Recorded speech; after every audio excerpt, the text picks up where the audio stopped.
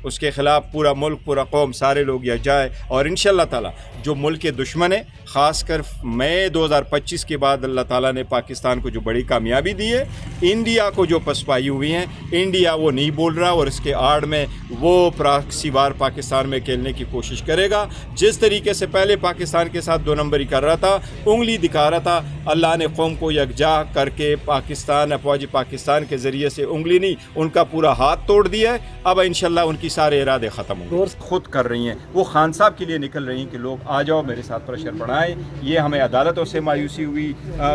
court implement نہیں ہوئے کوئی آرڈر ہمارا امپلیمنٹ نہیں ہوا لہٰذا آؤ تاکہ ہمارے آرڈر کو سنا جائے ہمارے رائٹوں کا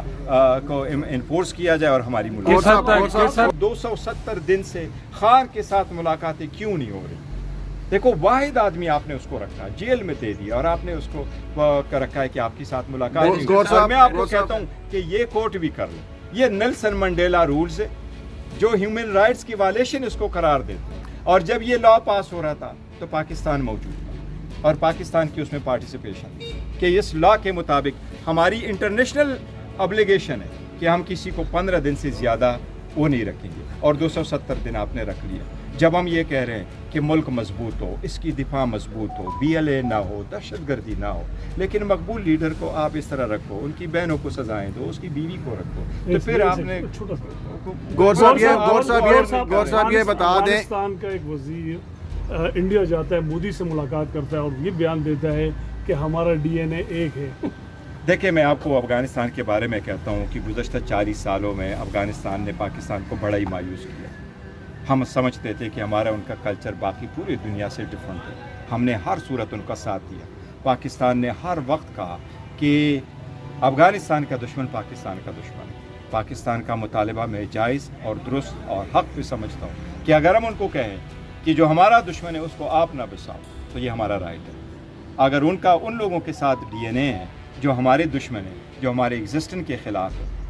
تو اس کا مطلب یہ ہے کہ وہ ہم سے الگ ہو گئے بجائے اس کی کہ میں کہوں کہ ہم ان سے الگ ہو گئے ان لوگوں نے جن کو ہم نے اکٹھا سمجھا 40 سال تک کہ آپ کا دشمن ہمارا دشمن ہے ہم ان کو سپورٹ نہیں کرتے وہ لوگ ہم سے الگ ہو گئے یہ ان پر ہے گور صاحب یہ بتا دیں کہ آپ کہتے ہیں کہ غلط عدالتی فیصلوں سے نیشنل اور انٹرنیشنل لیول پر کمپلیکیشنز آتی ہے تو کیا آپ اعتراف کر رہے ہیں کہ 2017 کے بعد جو غلط عدالتی فیصلے آئے اس سے ملکی اور غیر ملکی سطح پر جو کمپلیکیشنز آئیں دیکھیں میں سارا سمجھتا ہوں کہ دیکھو عدالتوں کو بھی ودن اپنے اختیار میرے کر کے فیصلے کرنے چاہیے کبھی بھی میں نہیں کہوں گا کہ عدالت اپنے اختیارات سے ماروا فیصلے کرے عدالت جو ہے وہ جا کے ایگزیکٹو میں انٹرفیئرنس کرے وہ عدالتوں کا ساتھ لیکن میں جو کہہ رہا ہوں کہ سیاسی نوعیت کے جو کیسز ہے اس قسم کے اس میں اگر آپ اس قسم کی سزائیں دیں گے تو آپ ایک غلط میسج دے رہے ہیں اور یہ نہیں جانا چاہیے آپ کو لگتا ہے کہ آپ جو کوشش کر رہے ہیں حلیمہ خان کا کیس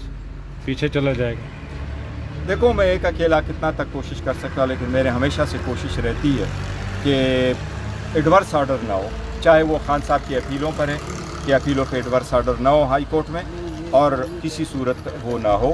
اور خان صاحب کی بیل پہ فیصلے ہو اور انصاف کے مطابق آپ کی درخواست پہ حلیمہ خان نے اڈیالہ جیل کے باہر مجمع ختم کر دیا نہیں میں نہیں گفتگو کر سکتا لیکن وہ ان کے اپنا ذاتی فیصلہ ہے نہیں آپ کی تھی مشاورت نہیں سر میں نے تو ہمیشہ جو مشورہ ان کو دیا ہے اگر ان کو کبھی ضرورت ہے لیکن یہ ان کے اپنے فیصلے بیرسٹر صاحب یہ بتائیے گا کہ مولانا فضل الرحمان صاحب کا جو بیان ہے اس میں مختلف سیاسی رہنماؤں کی طرف سے جو رد عمل آیا اس میں معافی کا مطالبہ کیا گیا ہے کہ مولانا فضل الرحمان قوم سے معافی مانگے کیا یہ مطالبہ آپ بھی کر رہے ہیں میں نے یہ کہا ہے میں نے سارے سیاستدانوں کو کہا ہے کوئی ایک چاہے وہ مولانا صاحب یا کوئی بھی ہے میں سب کو یہ کہہ رہا ہوں کہ اپنے الفاظ میں جوش خطابت میں ایسے الفاظ کی ادائیگی کسی صورت نہ ہو جیسے ہمارے شہداء یا ان کے خاندانوں کے جو قربانی ہے وہ مجروح ہو اور ان کے جذبات مجروح ہو ہمارے شہداء ہمارے فخر ہیں ہمارے ہیرو ہیں ان کے خاندان آپ خود آنکھوں میں آنکھیں ڈال کر کے اس بیوہ کو دیکھو جس نے وہ دی وہ جوان جو مضبوط وہ